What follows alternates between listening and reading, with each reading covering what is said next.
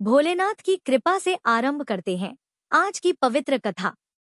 बोलिए हर हर महादेव। प्रिय श्रोताओं, आज सावन मास की कथा श्रृंखला का 11वां दिन है और यह दिन है सोमवार। भगवान भोलेनाथ को विशेष रूप से समर्पित दिन और आज तो और भी दुर्लभ संयोग है क्योंकि सावन मास के कृष्ण पक्ष की कामिका एकादशी भी है।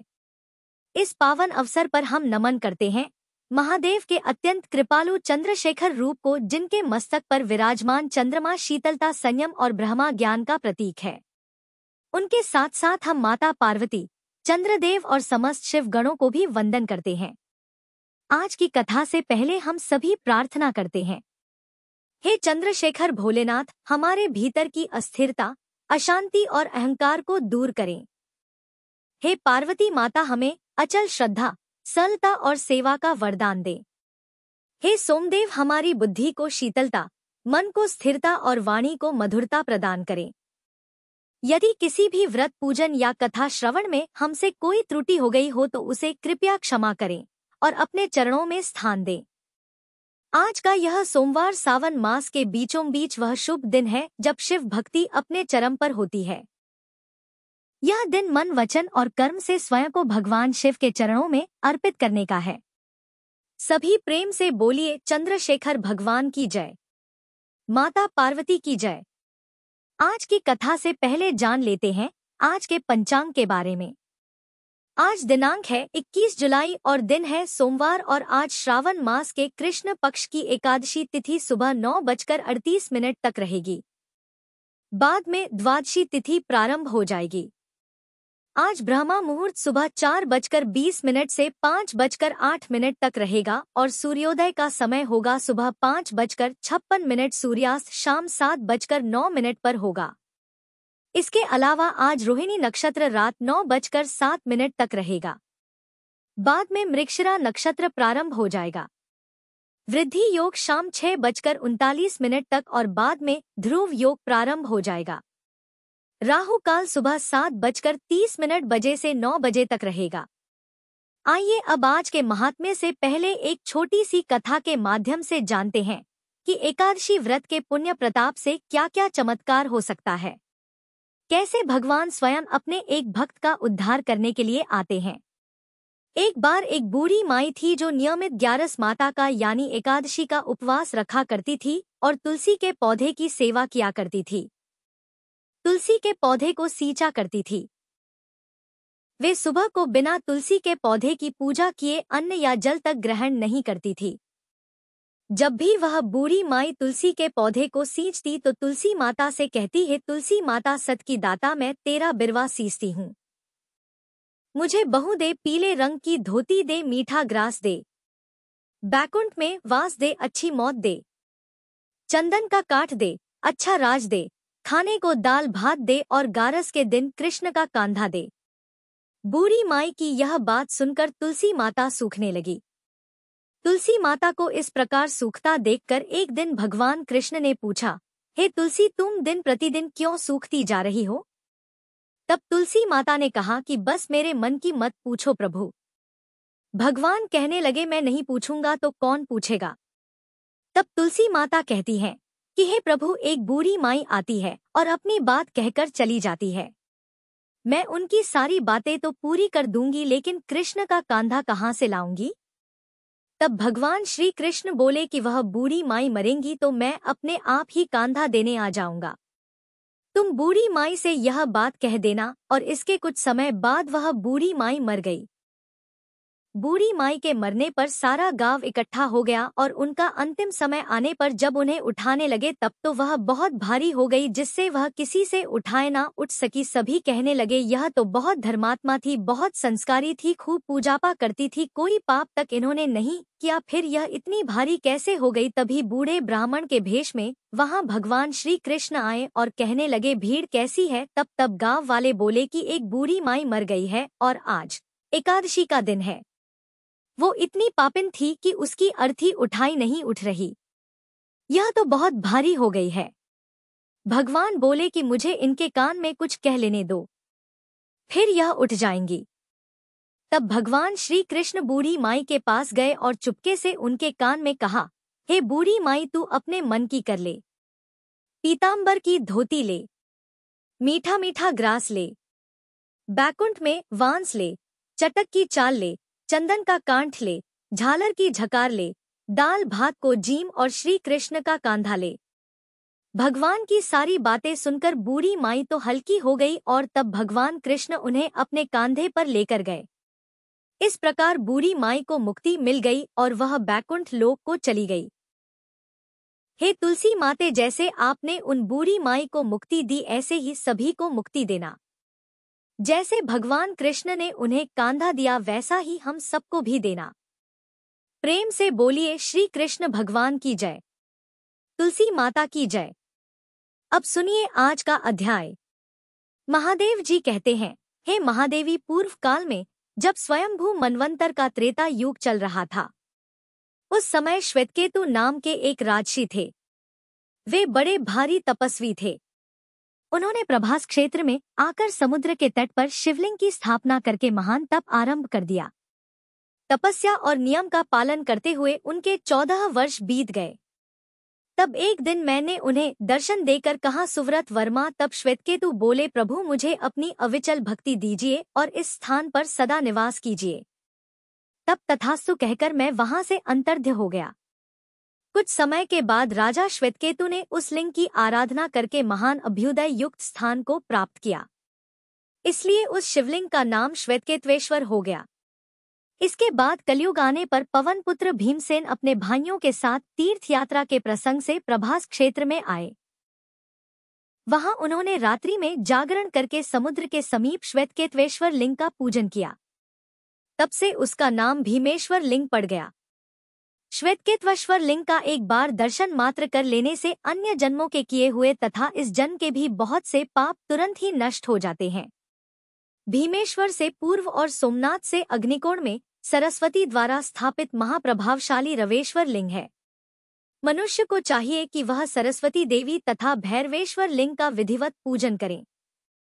जो महानवमी को विधिवत स्नान करके सरस्वती देवी का पूजन करता वह वाणी जनित समस्त दोषों से मुक्त हो जाता है। जो अघोर मंत्र से दूध के द्वारा उस लिंग को स्नान कराकर उसकी पूजा करता है वह यात्रा के उत्तम फल को पा लेता है। वहां से चंडीश्वर देव के पास जाए। वह स्थान सोमनाथ के दक्षिण 7 धनुष की दूरी पर स्थित है। पूर्व काल में चंडी देवी ने भगवान दंडपाणि की स्थापना की थी। इसके बाद मेरे गण चंड ने उस लिंग की आराधना की और बड़ी भारी कठिन तपस्या की। इस कारण पृथ्वी पर वह चंडेश्वर लिंग के नाम से विख्यात हुआ। चंडेश्वर को दूध, दही, मधु, घी और ईख के रस से स्नान कराएं और उनके श्री अंग में कुमकुम का लेप करें। फिर कपूर, खस और कस्तूरी मिलाया हुआ सुगंधित चंदन लगाएं। इसके बाद फूलों से उनका पूजन करें। इसके बाद धूप और अगु निवेदित करके अपने वैभव के अनुसार वस्त्रों से पूजन करें। उत्तम नैवेद्य लगाकर दीपमाला जलाकर रखें और ब्राह्मणों को यथाशक्ति दक्षिणा दें। इस प्रकार करने से पितर कल्प पर्यंत तृप्त रहते हैं। हे पार्वती, सोमनाथ से पश्चिम 7 धनुष की दूरी पर आदित्येश्वर नामक शिवलिंग के समीप जाए, जिसकी स्थापना साक्षात भगवान सूर्य ने की है और जो सभी पातकों का नाश करने वाला है। त्रेता युग में महात्मा समुद्र ने 10,000 वर्षों तक रत्नों द्वारा आदित्येश्वर का पूजन किया था। इससे पृथ्वी पर इसका नाम रत्नेश्वर प्रसिद्ध हो गया। रत्नेश्वर को पंचामृत से नहलाकर 5 रत्नों द्वारा उनकी पूजा की जाती है। इसके बाद तरह तरह के उपचारों से विधिपूर्वक उनकी अर्चना करनी चाहिए।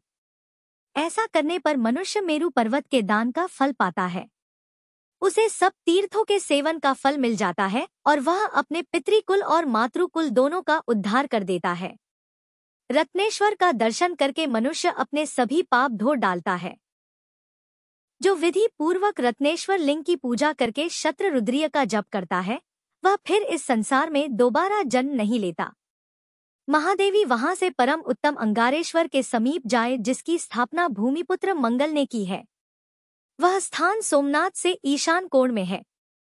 पूर्व काल में मंगल ने प्रभास क्षेत्र में आकर बाल्यावस्था से ही तपस्या द्वारा मेरी आराधना की। तब मैंने संतुष्ट होकर उन्हें वर मांगने के लिए कहा। मंगल बोले, हे सर्वेश्वर, मुझे ग्रह का पद प्रदान कीजिए। तब मैंने तथास्तु कहकर मंगल को यह बताया कि जो भी मनुष्य वहां आकर भक्ति पूर्वक तुम्हारी पूजा करेगा उसे कभी भी तुम्हारे द्वारा दी हुई पीड़ा नहीं भोगनी पड़ेगी। ऐसा कहकर मैं वहीं अंतर्ध्य हो गया। देवी मंगल देव ग्रहों के मध्य में विमान पर विराज रहे हैं। अंगारेश्वर से उत्तर दिशा में महाप्रभावशाली बुद्धेश्वर विद्यमान है। उनका स्थान वहां से अधिक दूरी नहीं, 2 ही धनुष के अंतर पर है। वे दर्शन मात्र से ही सब पाप हर लेते हैं। हे देवेश्वरी, बुद्ध ने पूर्व काल में वहां बड़ी भारी तपस्या की और निर्मल शिवलिंग स्थापित किया।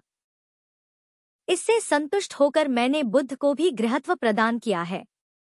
बुधवार और अष्टमी के योग में बुद्ध द्वारा स्थापित शिवलिंग की विधिवत पूजा करके मनुष्य राजसूय यज्ञ का फल पा लेता है। बुद्धेश्वर के प्रसाद से उसके कुल में दुख और दुर्भाग्य प्रवेश नहीं करते।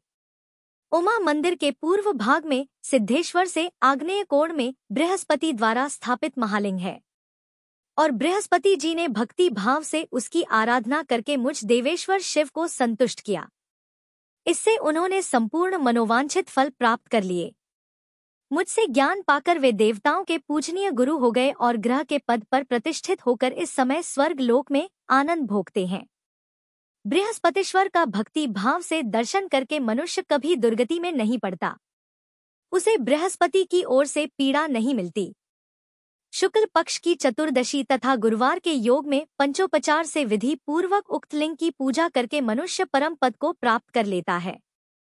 फिर विभूतीश्वर से पश्चिम थोड़ी ही दूरी पर शुक्राचार्य के द्वारा स्थापित शिवलिंग है, जहां शुक्र ने शुक्रेश्वर शिव के प्रभाव से मृत संजीवनी विद्या प्राप्त की थी। जो मनुष्य स्थिर चित्त होकर उस शिवलिंग की आराधना करता है और 1,00,000 मृत्युंजय मंत्र को जपता है, वह अपने सभी मनोरथों को प्राप्त कर लेता है। शुक्रेश्वर का दर्शन और स्पर्श करके मनुष्य जन्म से लेकर मृत्यु तक के सभी पातकों से मुक्त हो जाता है। सुगंधित पुष्पों द्वारा उनकी पूजा करने से शुक्र की पीड़ा नहीं मिलती। बुद्धेश्वर से पश्चिम और अजा देवी से अग्निकोण में समीप ही 5 धनुष की दूरी पर शनिश्चर का स्थान है। छायानंदन शनिश्चर ने अत्यंत कठिन तपस्या करके उस लिंग में मुझ अनादि अनंत शिव को उतारा है। उन्होंने भक्ति तथा मेरे प्रसाद से ही ग्रह का पद प्राप्त किया है। शनिश्चर के दिन शमी के पत्तों से शनीश्वर देव का पूजन करके तिल, उड़द, गुड़ और भात से ब्राह्मण को तृप्त करें। उसे काले रंग का बैल दान करें। इसके बाद सब प्रकार की पीड़ाओं का निवारण करने के लिए अनेकानेक स्तोत्रों द्वारा शनिश्चरेश्वर देव की स्तुति करनी चाहिए। जो भी मनुष्य प्रतिदिन भक्ति भाव से शनिश्चरेश्वर का स्मरण करता है, उसके ऊपर सूर्य नंदन शनिश्चर प्रसन्न होते हैं। शनिश्चर से वायव्य कोण में राहु द्वारा स्थापित शिवलिंग है। वहां विप्रचित के पुत्र राहु ने 1 सहस्त्र वर्ष तक कठिन तपस्या की है। जो उनके द्वारा स्थापित शिव का भक्ति पूर्वक पूजन और दर्शन करता है, उसका पाप नष्ट हो जाता है। राहेश्वर से उत्तर और अंगारेश्वर से दक्षिण एक ही धनुष के अंतर पर महाप्रकाशमय केतुलिंग है। वह सब पापों का नाश करने वाला है। केतु ने मुझ शिव के प्रति भक्ति रखकर देवताओं के मान से 100 वर्षों तक वहां उग्र तपस्या की थी। इससे संतुष्ट होकर मैंने उन्हें गृहत्व प्रदान किया। भयंकर ग्रह पीड़ा होने पर पुष्प, गंध, धूप तथा तरह तरह के शुभ नैवेद्यों द्वारा केतवेश्वर की पूजा करके उन्हें प्रसन्न करना चाहिए।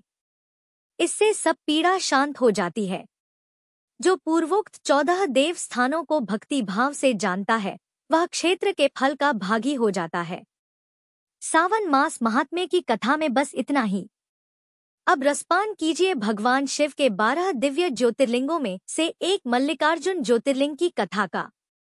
मल्लिकार्जुन ज्योतिर्लिंग एकमात्र ऐसा ज्योतिर्लिंग है जहां पर भगवान शिव और मां पार्वती एक साथ विराजमान है, जिस कारण इसे दक्षिण का कैलाश भी कहा जाता है, क्योंकि कैलाश पर्वत पर भगवान शिव और मां पार्वती एक साथ ही विराजमान होते हैं। पौराणिक मान्यताओं के अनुसार श्री शैलम पर्वत पर भगवान शिव और मां पार्वती जी की पूजा करने से अश्वमेध यज्ञ के बराबर फल की प्राप्ति होती है। इस ज्योतिर्लिंग के पास ही देवी जगदम्बा का मंदिर भी है, जिसकी बहुत मान्यता है। कहते हैं कि यहाँ पर आने वाला भक्त कभी भी खाली हाथ नहीं जाता। इस ज्योतिर्लिंग के बारे में पौराणिक मान्यता यह है कि भगवान शिव के दोनों पुत्र यानी कि भगवान गणेश और भगवान कार्तिकेय के बीच पहले विवाह होने को लेकर विवाद हुआ था, जिसके फलस्वरूप मल्लिकार्जुन ज्योतिर्लिंग का निर्माण हुआ।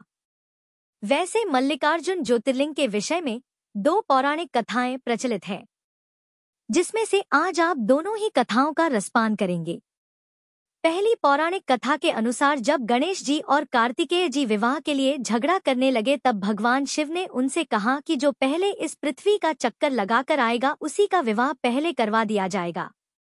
माता पिता की आज्ञा लेकर कार्तिकेय जी तो तुरंत उसी क्षण अपने वाहन मयूर पर सवार होकर पृथ्वी की परिक्रमा करने के लिए चल दिए। लेकिन गणेश जी का वाहन मूषक था, ऊपर से गणेश जी भी मोटे थे, तो ऐसे में जब तक वह पृथ्वी का चक्कर लगाकर आते तब तक तो बहुत देर हो जाती। इस पर गणेश जी को कहते हैं कि बुद्धिमान भी बहुत है, उन्हें बुद्धि प्रदाता भी कहा जाता है। तो गणेश जी ने अपने माता पिता की ही 7 बार परिक्रमा कर ली। तब गणेश जी का विवाह रिद्धि और सिद्धि के साथ करा दिया गया। उधर जब कार्तिकेय जी पूरी पृथ्वी का चक्कर लगाने के बाद वापस आए तो उन्होंने देखा कि गणेश जी का विवाह तो पहले ही हो गया है, जिस पर वो भगवान शिव और देवी पार्वती से नाराज हो गए।